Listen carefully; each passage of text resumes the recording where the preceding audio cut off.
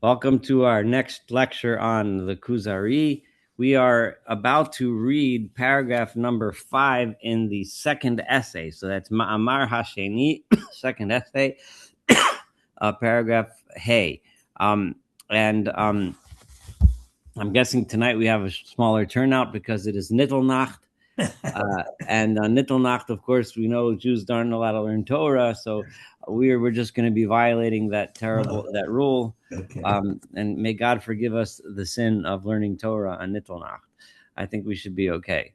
But anyway, the other thing is today I had a particularly busy day in the hospital. I had a couple deliveries and a surgery and a bunch of stuff and an office, and it was a crazy day. So while everyone else in Alabama is doing Christmas Eve, I'm covering everything. So but so I didn't really have a chance to prepare. So that's my excuse. I'm giving you an excuse before I start. But again, the page numbers in this version, the Korobkin version, the most recent one, we would be on page number 151. And if I read in Hebrew, it'll be from the Michael Schwartz version that I'm holding here. And whatever version you're in, like I said, it's second essay, item 5. The So if you remember when we started the beginning of the second essay, the concentration of this essay so far, and most of it is going to be this way, is mostly philosophical questions that most medieval philosophers dealt with, and including when we studied Rambam together. And these are issues that once the king of the Khazars decided to convert to Judaism, so now he has philosophical questions, issues, problems, that he needed help with understanding. And in these times, one of the big philosophical problems is hagshama, is anthropomorphism of God and things like that. So we're going to continue on those topics, and so we're about to read, like I said, number 5. So with the king, he had just asked. We had just to remind you, he had asked him, how is it possible that the Torah discusses emotions that God has? He loves us, he hates us, he's angry with us, he's happy with us, and how does that exactly work? And the Chaver, the rabbi's answer, essentially, just the short version for tonight was that God doesn't have these emotions or feelings, but rather these are just are the way we experience it. Just like if you go in front of a judge and the judge decides in your favor, you walk home feeling as if the judge liked you or loved you, right? Or if he decided against you, you feel as if he's angry at you. But if he's a good judge, then he wasn't angry or he wasn't loving or hating you. He was doing what he felt was the right thing to do in the situation, based on his understanding of what was the evidence that was presented to him. And that's the same thing with God. I will say, recently, it is a really super popular song in Israel that everyone is singing, and people are singing it here. Is basically Hashem Ohevoti, God loves me, right? And everything's going to be good. Tov, Rak Tov, everything's going to be good. And there's like a long list. I can probably write a book of my theological problems with this song, right? There's a lot of things that I deeply don't like about this song. But and without going into all of them, I'm going to talk about the one that's relevant to our discussion tonight. One of the people that some people have asked me, and have talked to me about how one of the upsetting things about learning the medieval philosophers, Rabbi Yehuda Halevi or Rambam, is when they emphasize the fact that God doesn't have emotions. It takes away one of the most powerful draws of religion, right? That we all have. We have this draw to religion of Judaism, or in all religions, or not all. I don't know. I can't speak for all religions, but in many religions, that God loves me. So you have this feeling of comfort, right? that God loves you. So therefore, it gives you a little bit of security. It makes you feel like he's going to treat you well. It makes you feel like it's more likely that you're going to get the things that you need or want or ask for. Whereas the Kuzari, and Rabbi Yehuda Levi reminded us, and Rambam, of course, did as well many times, that God doesn't love anything. And it's certainly not in the sense that we think of as love. It's love is a human or an animal emotion, but it is not God doesn't have emotions. So that just singing that song and basing your now the thing is that if you take this rationalistic approach, it doesn't take away from the emotion of love that we have for God, but it makes it very, very different, right? When we attribute to God human emotions, we're kind of making him into our best friend. We're making him into our parent, into our teacher, into our lover, whatever. Whereas in a more philosophical sense, we're saying, that we're feeling we appreciate the fact that God created a world within which we can experience all of these wonderful things that we experience, right? So it's not, there is intense emotion there, but we have to always recognize, at least according to these medieval philosophers, we have to always recognize that this isn't love in the same sense that we feel comfortable when we go home to our parents because our parents love us. But anyway, let's go on with number 5, paragraph 5 in the second essay. So now, Naniach, the Umar Kuzari, the Chazar King says, Naniach, I get it. Regarding all of these descriptions, right? One of the main problems that the king had is if we describe God in all these ways, then we're creating parts of him. Sometimes he's mad, sometimes he's angry, sometimes he's happy, sometimes he's sad, so on and so forth, right? So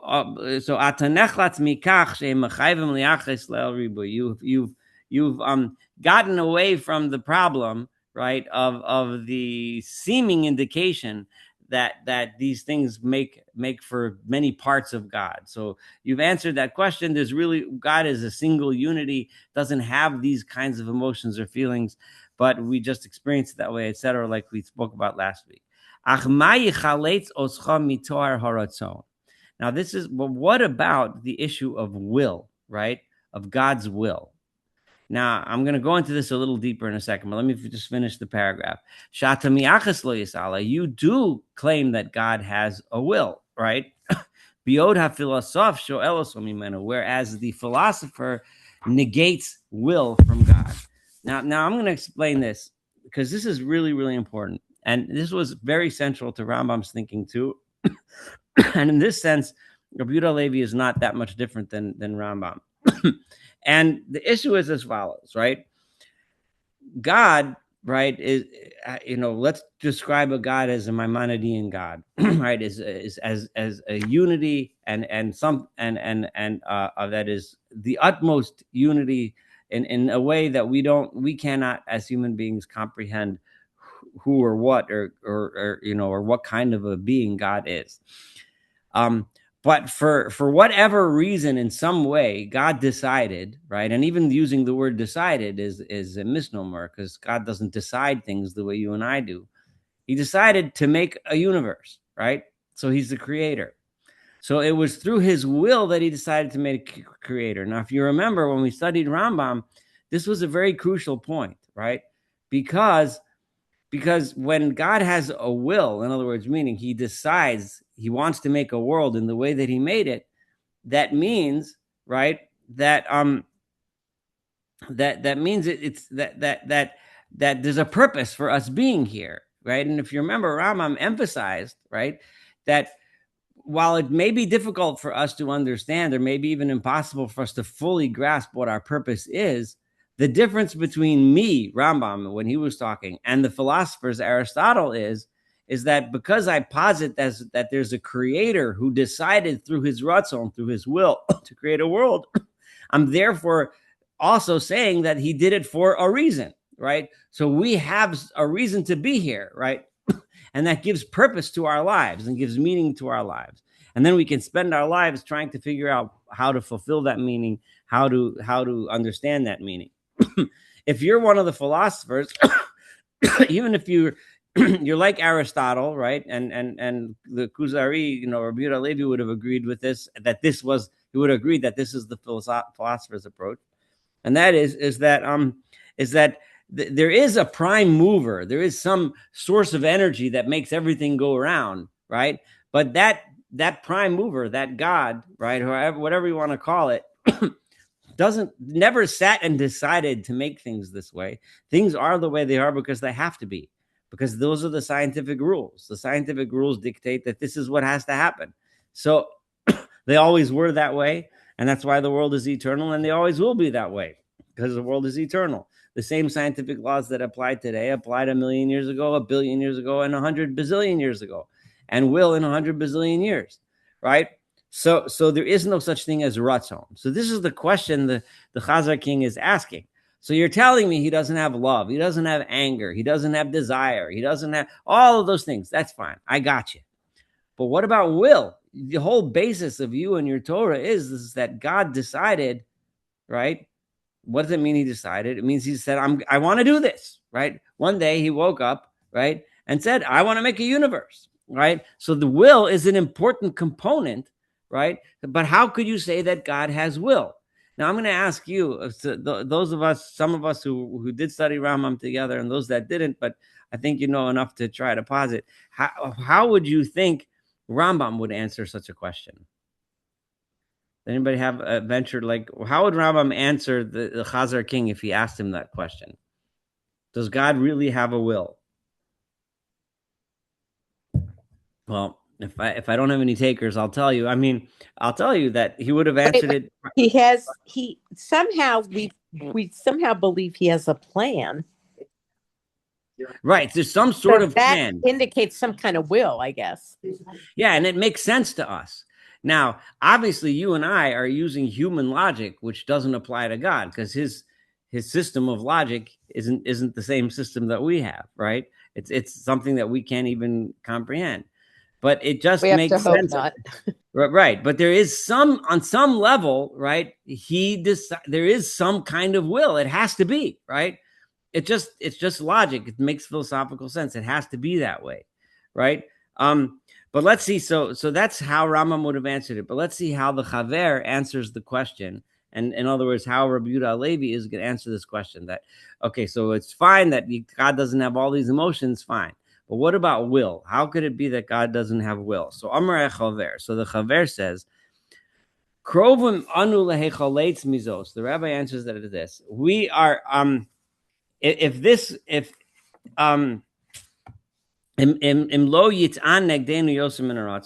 right? We would easily win if this was the only complaint, if this was the only problem that the philosophers had with us. Like if this was our only disagreement, does God have will? Then it would be easy for us to win this problem. Why? Because normally I would explain to the philosopher as follows.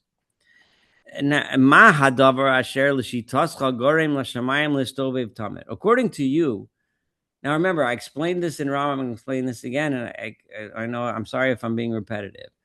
The philosophers, the medieval philosophers, Aristotle chief among them, felt, and at least the way they were interpreted by the thinkers, the medieval Jewish, and who mostly learned it from the medieval Islamic philosophers, the way they interpreted Aristotle was as follows, right?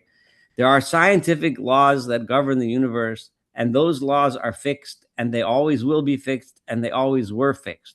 So every reality of science that you and I see every day is the same reality of science that would have been seen anytime and will be seen anytime in the future, right? God is, as a prime mover, it just happens to be the source that makes everything go on and on and on. But he never decided to create anything, right? He never had a will to create anything. So Aristotle doesn't impute, one won't infer from an Aristotelian universe that there's any purpose for a human being to be here, right?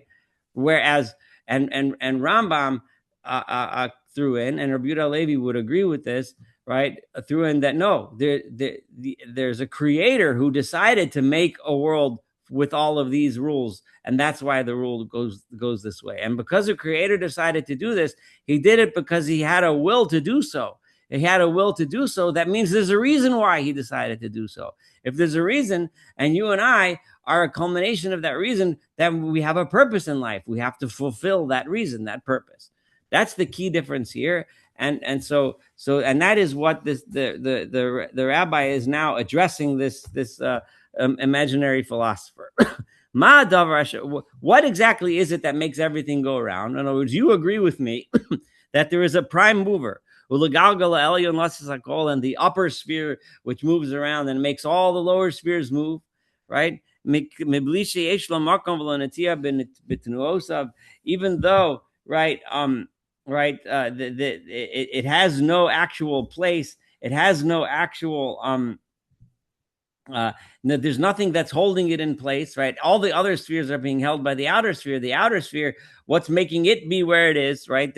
There's something above that, and you call that the prime mover, right? The Kadu or Aretz Takua v'Omed B'Yamso, and the globe, which is the planet that we live on, is in the middle. Remember, this is a geocentric universe, which that's how they looked at things then. Right? And it's stuck, v'Omed B'Yamso, and somehow it's suspended in the middle of all of this stuff. Without leaning on anything, without having any special place. Who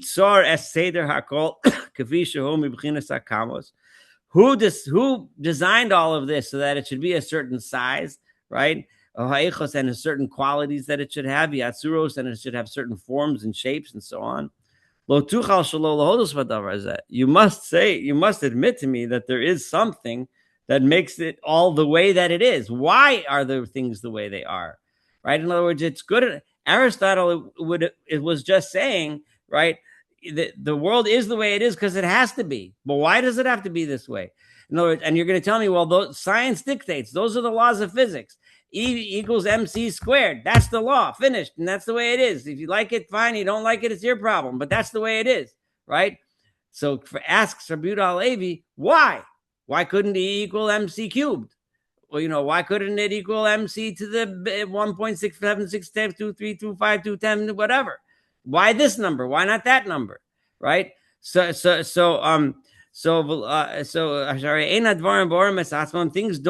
can't be that they created themselves. So Rabbi Yehuda Halevi is directly arguing against the philosophers and how they interpret the world. They interpret the world and assume that the laws of science are fixed simply because they are. And Rabbi Yehuda Halevi is saying, no, why? Why couldn't they be something else? The way they are, there has to be a reason. The prime mover can't just be the source of energy that just pushes a button and it goes around and round and round. That somebody has to decide that it has to be a certain way. Hadavar tsar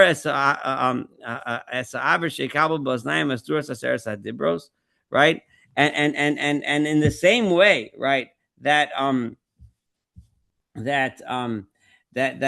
causes the air to be a certain way, right, and cause all the elements to be a certain way, also was the same cause who made the Ten Commandments be something that you and I and our ancestors heard at Sinai, right? That our ears should hear those words, and made it so that those writings should appear on the tablets. To call it whatever you want, right? But the bottom line is, if you don't want to call it a will, but there has to be someone who decided to make it this way. The main flaw in Rabbi Yehuda Halevi's argument here, and when you see occasionally modern philosophers will attack it, is that he's expressing his view very nicely and very articulately, but he doesn't really. And he expresses the Aristotelian and the philosopher's view nicely as well, but he doesn't go the next step. He doesn't really tell us, well, but Aristotle says, no, there is no reason why, right? It is that way because it is that way, right? Ask a scientist who's an atheist, right? Why is the universe the way it is? And he'll tell you, these are the laws of nature, right? And according to the laws of nature and all the laws of physics and biology and chemistry and so on and so forth, if you you throw all the elements into a big space, this is what you're going to get, right? Because that's the law. It is the way it is because it is. We may not know all the laws yet, but we keep identifying them. And there is no why. They don't want to ask the why.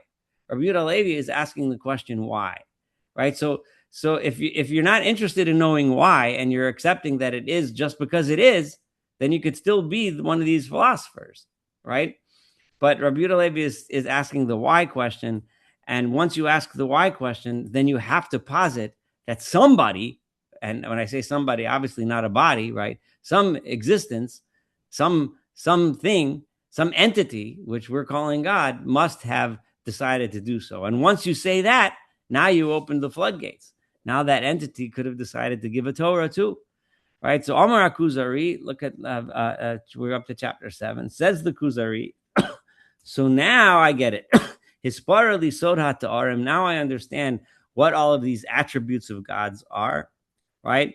L'rabos havonas mashmaos kavod Hashem umal ochus Hashem ushchina, right? That the purpose, right? And I also and more than that. And now the Kuzari, the king of the Chazars, is going deeper on his own without having the Chaver teach him. He's thinking, he's using his own mind to say, so now that I understand that, now I can understand all of these things in the world, right, that describe manifestations of God in this world. So when we talk about the honor of God was visible, right, or the messengers of God, the malachim, the angels, or the shechina, the divine presence of God, all of these terminologies that refer to some form of our experience of God in this world, right? Now I understand them because you just explained it to me that God, through his will, willed this world into place the way it is. And in the same way, he willed it so that we can have an experience of God in this world. And how we experience it, whether it's through the words we hear at Sinai or whether it's through some intense emotion that we feel at specific times or places, right? Those are ways in which we experience God. So same shemos. But they don't mean you were actually seeing God, right? When it talks about God's divine presence, it doesn't mean there's any actual presence of God there, but it means that that place is imbued with a significance by God, that we feel it and we know it, so we call it that. And these are the names that are similar to the things that the prophet saw. When the prophet sees something, right, he's also seeing something that's emanating from that same God's will. Different examples of things, a smoke or cloud or a fire burning, or different images that we find among the prophets that they visualized when they saw their prophecies. Right?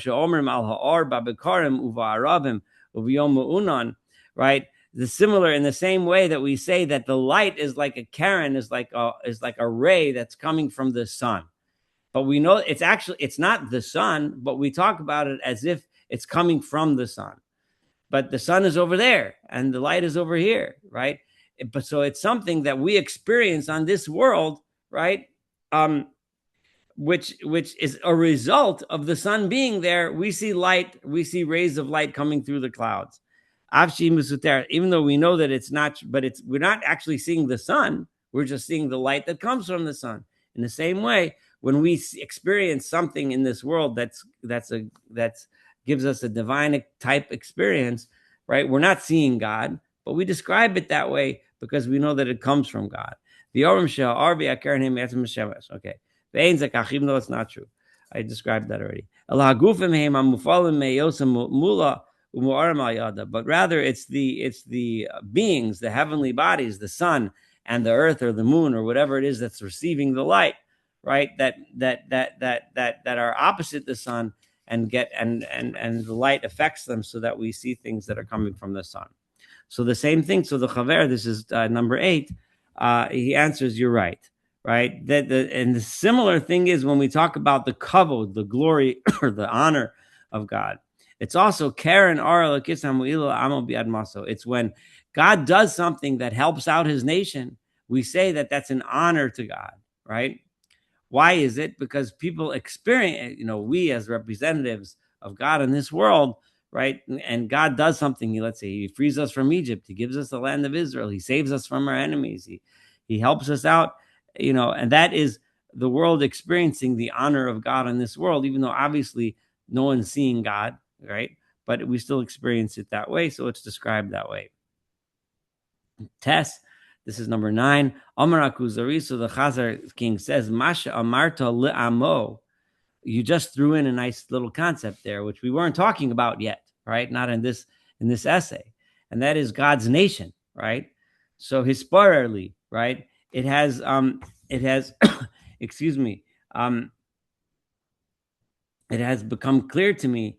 Uh, uh, I'm sorry, I left out a word at the end of the 8th, right? When God does something for His nation in His land, in the nation's land. I apologize. It's very important because it's the nation He dealt with a lot in the first essay, but the specialness of the nation, and he's going to emphasize it again. But here He threw in not just the nation, but in the nation's land, and He's about to go into a discourse about the significance of the land, right? So the Chazar king said, "Okay, I understand the nation. You already made that clear to me in the first essay. We had a long talk about the nation. Now I'm part of the nation. I joined it. But what's this business about the land? Why does it have to be in a certain land? That I can't. It's hard for me to accept." That God should choose certain people to be His representatives, okay, that's a concept I'm willing to accept because you explained it already. But what about why is it that it matters where it is and the concept of the land? So, and which is what he's going to start saying in number 10. So we'll get to that in a minute. I just want to stop in case some people have any comments or questions so far. And if there aren't, I'll just go on. No, all right, fine. Please feel free to stop me. So Amar HaChaver, says the rabbi, right? What's this business about the land? That's his question he's coming to answer, right? And he says, it shouldn't be such a question to you to accept that there's a specific land which is special over all the other lands in the world, all the other places. Why? Everyone knows. Right? Everybody knows certain lands. In this place, you grow a lot of oranges. You go to Florida, you can grow citrus fruits. It's beautiful. It's wonderful. You get wonderful, delicious, juicy, sweet oranges. You try to plant them in Wyoming, you're not going to have such good luck, right? But you want to plant peaches, you go to Georgia and you'll have great peaches, right? You try to plant peaches in Saskatchewan, you won't get very far, or maybe you will, I don't know, but it won't be as good as Georgia. So the same thing, right? Machzabim musiyam v'lo machzabim acher, or similarly, the animals, right, right. Balechaim musiyamim v'lo balechaim. I'm trying to think. Machzabim. What is that? It's like the minerals. That's what it is. Things that you mine. Machzabim, right? It's things that you mine. Right? Certain places you want to go to get diamonds, you go to this place. You want to go to get coal, you go to West Virginia or whatever. Right? So Bali Chaim, or certain animals live in certain places. V'lo Bali Chaim acherim, but other animals. You want to see elephants, you go to Africa. You're not going to find them in Montana. But if you want to see grizzly bears, you go to etc. Anshe makom echad, and the same thing you also find with human beings. Misyachdim mizulasim b'tzura. So you go to a certain place, the people are a certain kind of people. This was a very strong belief in those days, and it's there is certainly reasons why this is this way. Certain people, evolve certain traits and characteristics, physical ones, emotional ones, social ones, that match the environment of the land where they live. So midos b'emsos hamezek, because of the weather and the temperature and the air quality, whatever. Basically, according to the place where a person lives, this will be the I remember when I almost did this. I didn't actually do this, but I almost went on one of these medical missions to Peru once. This is years ago. I can't remember the details why I was going to go and why I didn't go. But for some reason, when I was preparing to go, so people told me that when you check somebody's hemoglobin level or hematocrit, that's the percentage in their blood of iron carrying blood cells, right? Red blood cells.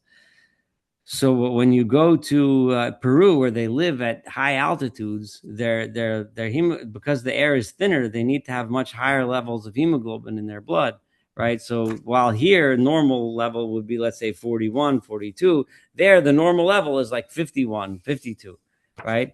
Because they need more hemoglobin in their blood in order to absorb enough oxygen to live at such a high altitude.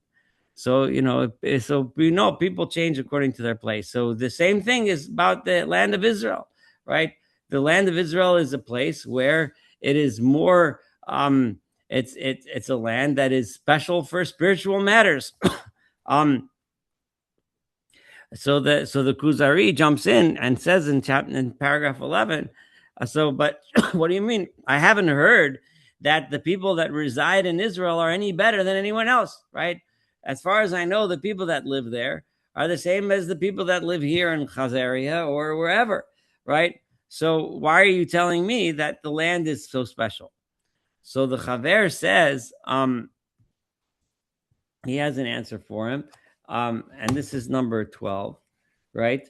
So Amar HaChaver, and he says let's look at this, right? It is true that you think, right? And this mountain, Shalachem, Misagseg Hakerem, right, is a special place that has special vineyards, right? Your mountain. Now, but had you not planted the vines, right, and properly worked the land beforehand and put in the right fertilizer and planted them in the right places, etc., you wouldn't have good grapes, right? Right? And this is the same thing, right? It's you need to have the right people first, the people that know how to do the work, right? You have to hire a guy who knows how to plant vineyards and how to grow them. You have to start off with the right people and then put them in the right place. Like I already described to you how the Jewish people are the right people.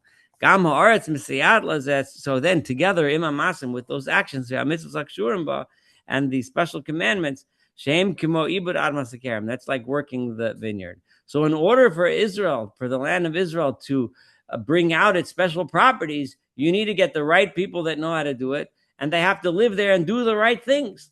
Right? They have to live the right kind of life within the land of Israel. Then the land will has its proper properties. However,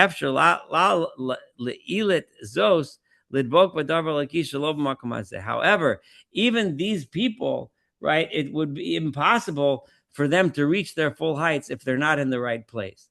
So in other words, if you're going to go and plant vineyards in Alaska, you're probably not going to get very far, right? No matter how hard you work and no matter how much of an expert vineyard planter you are, you're not going to get very far.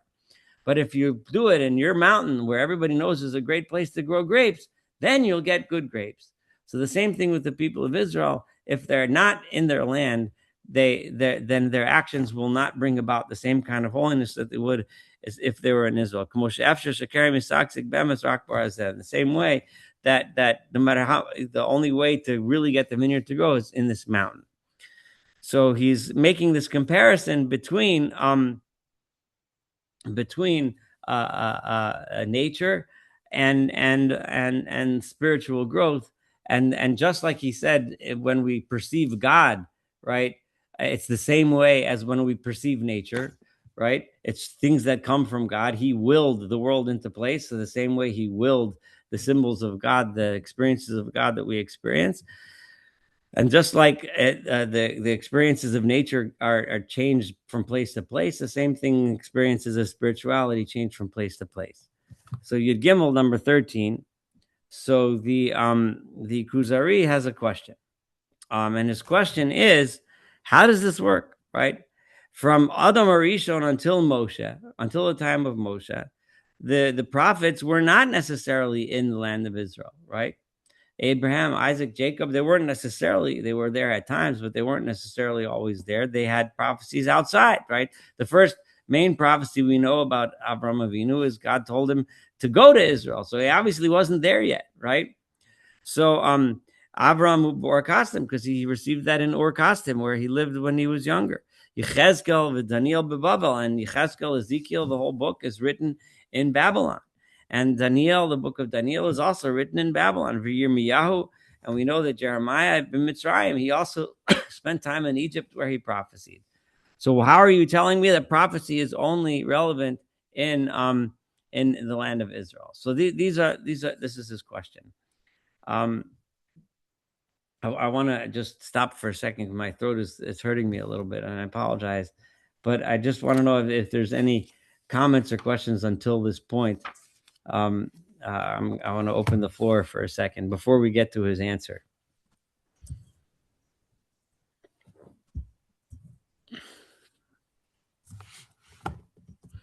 Saul?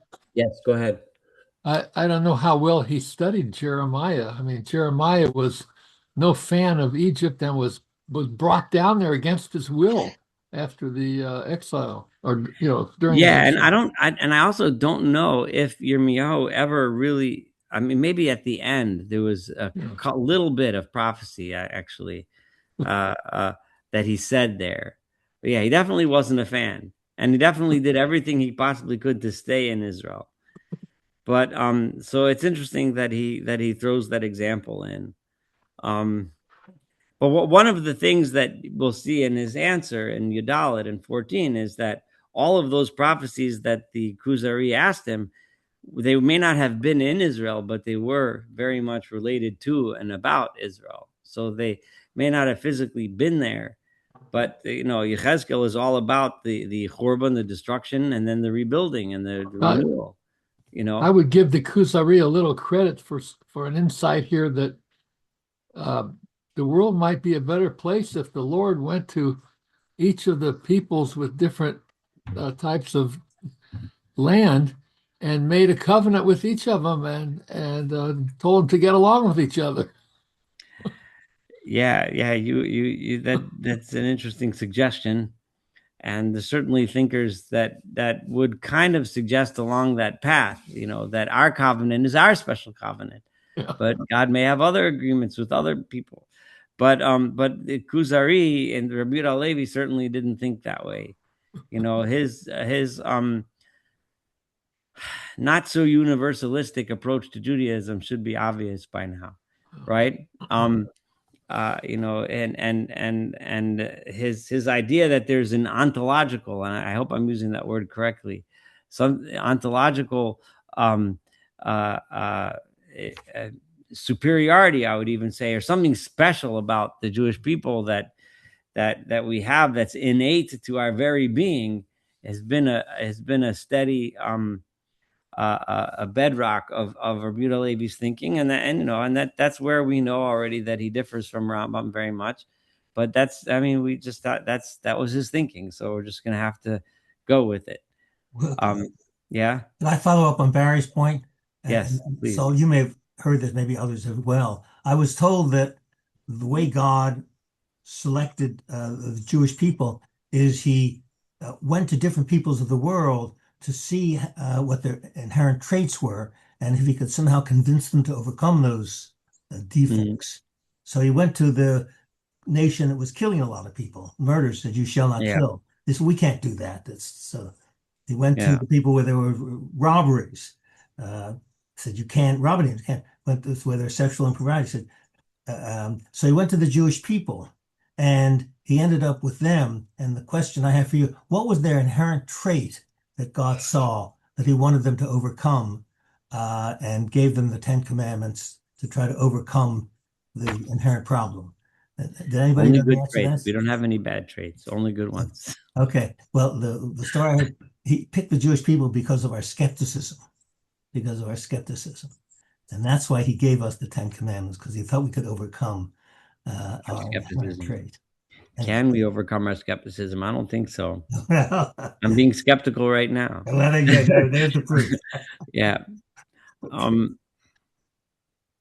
Yeah, there's a but this central idea of Judaism being, of us being have something inherent like in our biology. He's comparing the biology of us as Jews and the very nature of the land of Israel as being something different than everything else. And you can understand why the religious Zionists find this book to be very much up their alley. If you go to religious Zionist institutions in Israel, the Kuzari is a big deal. I already said this on many occasions, and it would be obvious even when I didn't say it obviously that my heart leans much more towards the Rambam on the more universalistic approach. But it's still important for us to learn this because there's still a lot to learn, even if whether we like it or not. But either way, we're special, right? How we become special, that depends which philosopher you like. And so Amar Chaver, so the Chaver says, Kol mi shenisnabe, whoever says prophecy, nisnabe rak ba olamana. They're always either just talking within Israel or they're talking about Israel. So Avram nisnabe kidei ya'avora elah. You mentioned Abraham. He was saying a prophecy because God was telling him to go to Israel, right? Yechezkel v'Daniel ima'ana. They were speaking regarding Israel and about and for the purpose of bettering Israel.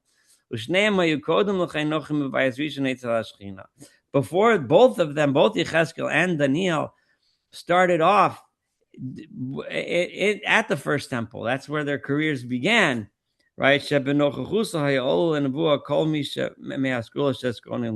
Right? When one was there and one was at the first temple, then if they were proper and they lived properly and they were worthy of it, you would become a prophet.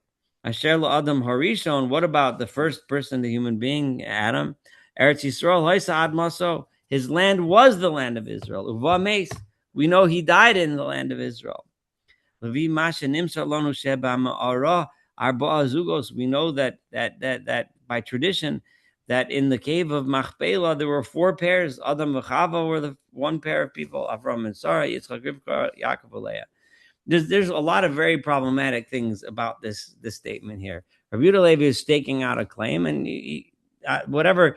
I'm going to bring up some of the questions, and if you guys want to answer them, you can go ahead. But I just have to pull up a verse here, so just give me 1 second. And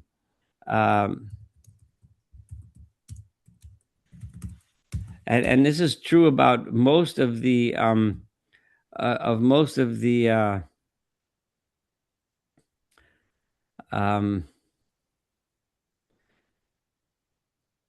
wait, I just most of the what do you call? I'm sorry, of the prophets. Like for example, in the beginning of Yirmiyahu, Re'ev Katicha Hayom, God says, "I appoint you today, Hazeh Al Hagoyim, over all of the nations, V'al HaMamlachos, and over all of the kingdoms, Lintosh v'Lintots, right, to uproot and to destroy, Lahavid Laharos, Livnos v'Lintoa, and to rebuild and to plant." Right. So God was saying to Yirmiyahu that your job is to prophesy to all the nations. You can pick just about every single one of the prophets, and you'll find that in the beginning of their mission, God emphasizes to them that their mission is to all the nations. I just brought Yirmiyahu as just one example because we're talking about Yirmiyahu. So Rabbi Yehuda Levi's assertion here is questioned by those that are not as particularists, that are more universalists, and says it's not consistent with what one learns when one reads the words of the prophets. The other thing is that the idea that Adam and Chava were in Eretz Yisrael, exactly how they came to be buried in the cave of Machpelah is anyone's guess. You can go through the Midrashim and find stories and stuff to support it. But the Torah seems pretty clear that the actual location of Gan Eden, where Adam had his prophecies, was not in the land of Israel, somewhere in Mesopotamia, who knows where, but someplace, not in the land of Israel. In fact, there isn't a single thing about the land of Israel that we know from the Torah about Adam. I mean, there's no. It seems to be a very universal story about some place of origin for the entire planet and all of humanity. There's not. So Rabbi Yehuda Levi is making a claim here that many of his detractors don't quite agree with. But if you have an answer to defend him, then go ahead.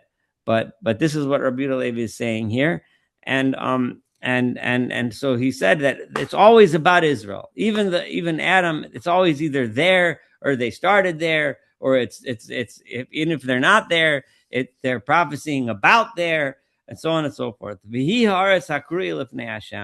And this is the land. Whenever it says before God, it's referring to this place. Because it's the land, and these things obviously we do, of course, know how important Eretz Yisrael is. I didn't mean to demean it. I just meant to take away, to argue a little on what Rabbi Yehuda Levi had said. But of course, the Torah says, it's the land where God's eyes are constantly looking and constantly paying attention to what's going on there. And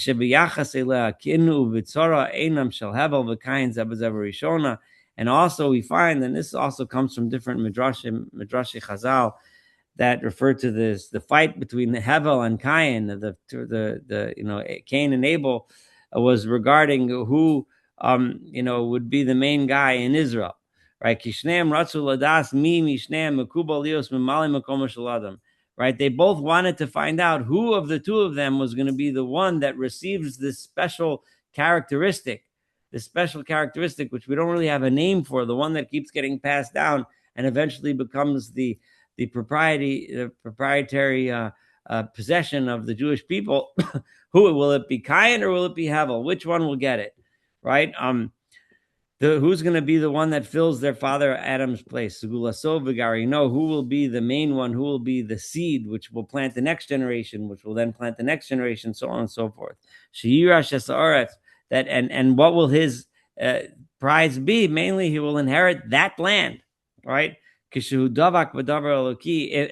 that he sticks with God and he attaches himself to the godliness. And the other one will just be like leftovers. It'll be the shells, right? And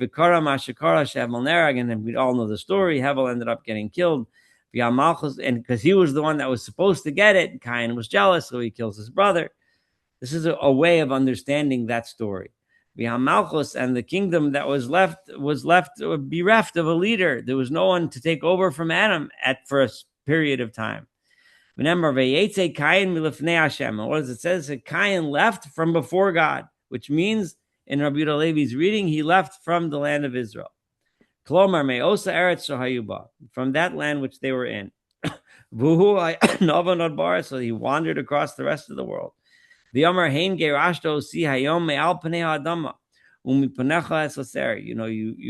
sent me out from the land. The land is always, according to Rabbi Yehuda Levi, it's always Israel. Similarly, it says by Jonah, right? He ran from before God. What does that mean? He left the land of Israel. The place where prophecy happens, that's what he ran from. And that's why God returned him back in the fish. He returned him back to the land so he can continue to prophecy. And then when Seth was then born, Domal Adam, so now we now have an heir to this special seed. He was like him, he was in his form, he was in his shape.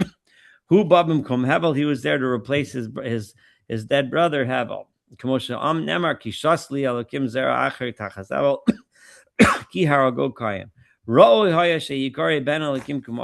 a child of God like Adam was. And he was worthy of inheriting that special land, right, which is a level beneath the level of Gan Eden, the Garden of Eden itself, which is like somewhere between earth and heaven. In a similar way, we had the fight between Isaac and Ishmael, right? Yitzchak and Yishmael. Asher nidche Yishmael b'soch klipa. Yishmael was pushed away, right? V'mnemer olav hine berachti oso v'preisi oso v'beisi oso b'mod ma'od, right? Even though it does say that God blessed Ishmael, that he was going to have all kinds of blessings, that was only in this world, right? Ulam achazos nemar, but vesbrisi, my covenant is going to be with Isaac. Remez shedovku bo hadover eloki v'asher olam haba. That's that because in Isaac and Yitzchak was attached the holy, special spiritual quality and the special beauty and the special greatness of the world to come. The Yishmael ain bris but there was no such covenant with Yishmael. So he's arguing on those that think that God might have individual covenants with individual nations. He's saying there is no covenant with those. Velola Esav, and same thing with Esav. Afal pishayu mu'usharim, even though, yes, they had a lot of wealth, they had a lot of greatness, a lot of achievements. But it was over this land that they had the most fights and the most arguments. And Rabbi Yehuda Halevi would have been very acutely aware of the many fights that those people who were seen as the descendants of Esav and Yishmael, because Rabbi Yehuda Halevi was living in the height of the time of the Crusades, he would have been very acutely aware of the fights between the people of Yishmael and Esav and over that land. They argued over the right of the firstborn until Esav was pushed away, despite his strength, and by Yaakov, despite his weakness. So then we're running out of time, so I'm going to have to stop in the middle of this paragraph here. But he's gonna be talking more and more for a little bit more next week again about the specialness of Eretz Yisrael, the specialness of the land of Israel. Just as an FYI, this is a marked difference from Rambam's understanding that the specialness of the land of Israel is special because of what happened there. And it's special because of what we did there. It's special because of the history that we made there. There's nothing inherently different, according to the Rambam, about the land of Israel and the land of Iceland.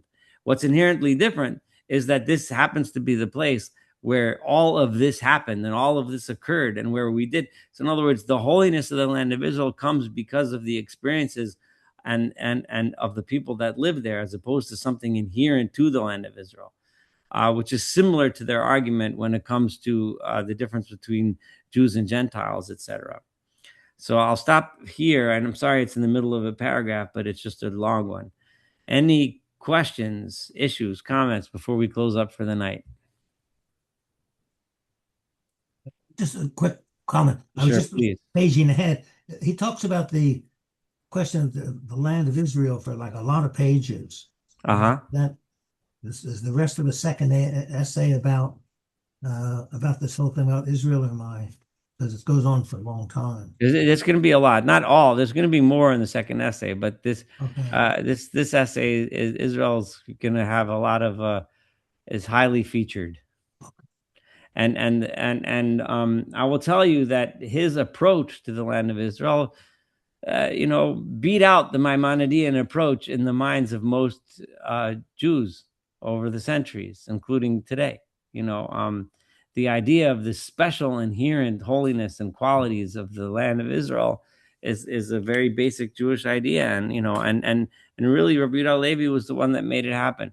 That's why if you really, really think about it, the real birth of modern Zionism was not Theodor Herzl.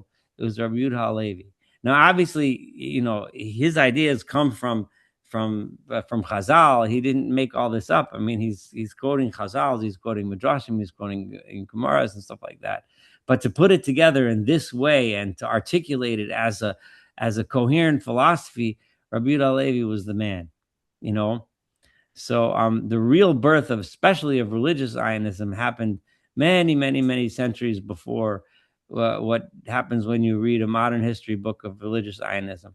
Now, if you walk around Israel today and you go to almost any Zionist monument, almost, I would say, I don't know, I didn't count them, but a significant percentage, maybe even 50%, have a quote from either from the Kuzari or from one of the Rabbi Levi's poems, is you'll see Libi b'Mizrach v'ani b'Sof Ha'marav, or other point. I think I pointed out in my introduction, even the words of the Hatikva, right? The concept of calling Israel the Tikva, the hope, comes from one of Rabbi Levi's poems, right? So the foundation of modern Zionism, it really traces its way back to the Kuzari, and that about that there's no question. So just it's a very important book for a lot of reasons, but that's certainly one of them. So if there's any other, I'm sorry tonight. Go ahead, Barry. I have to admire the Chazar King. Yeah, that he can express himself briefly in a sentence or two, and it takes the Chaver, a ton typical of space to give him a tangled up explanation. And this is a king who decided to circumcise himself as an adult and a bunch of his followers. And now we're telling him, oh, but you're not as special as the people that the Lord planted in the land. And yeah, I mean, we could have been a little more welcoming to a lanceman, right, right. Not a lanceman, but a somebody Brit, who wants to join a us. B'nai Brit. Yep, literally. Yeah, and also he didn't the Gentiles' ability to say a quick, succinct question, right, as opposed to the Jews' very long-winded answers, right, and sometimes even answering questions with questions. It's so typical. It's like it's so stereotypical. But the Kuzari, despite his conversion, the king didn't obtain that quality of the Jews. So he remained maybe something innate, but right. I was interested in the universality of Judaism, or of God rather, as opposed to a God that is the God of only the people of Israel. Modern Judaism, I guess, accepts more of the universal God rather than the God of just the Jewish people. I mean, are there any people that still believe that God is just a God of Israel, or where does it stand how many today? people there are that would just say that straight up, but there's certainly a significant portion of the population. I didn't do statistics who in their brain, in their mind, they're not even thinking about the relationship between other people besides Jews and God. They're not even thinking about non-Orthodox Jews and their relationship with God. The relationship they know with God is their own, and how it happens in the shul that they're in, and their Rebbe or their whatever, and that's it. Well, I would note, because right now and tonight is the night to point out the essential idea is it's the Son of God that they're worshiping, so it's connected to God very intimately. At least those groups, the Christians maybe, but yeah. So I mean, yeah. So I don't know how many Jews would tell you straight up, that God has nothing to do with anyone else. They probably will pay lip service to the idea. Oh yeah, there must be something going on there, but it's certainly not something that's central to that they're thinking about very often. But yeah, that's an interesting question.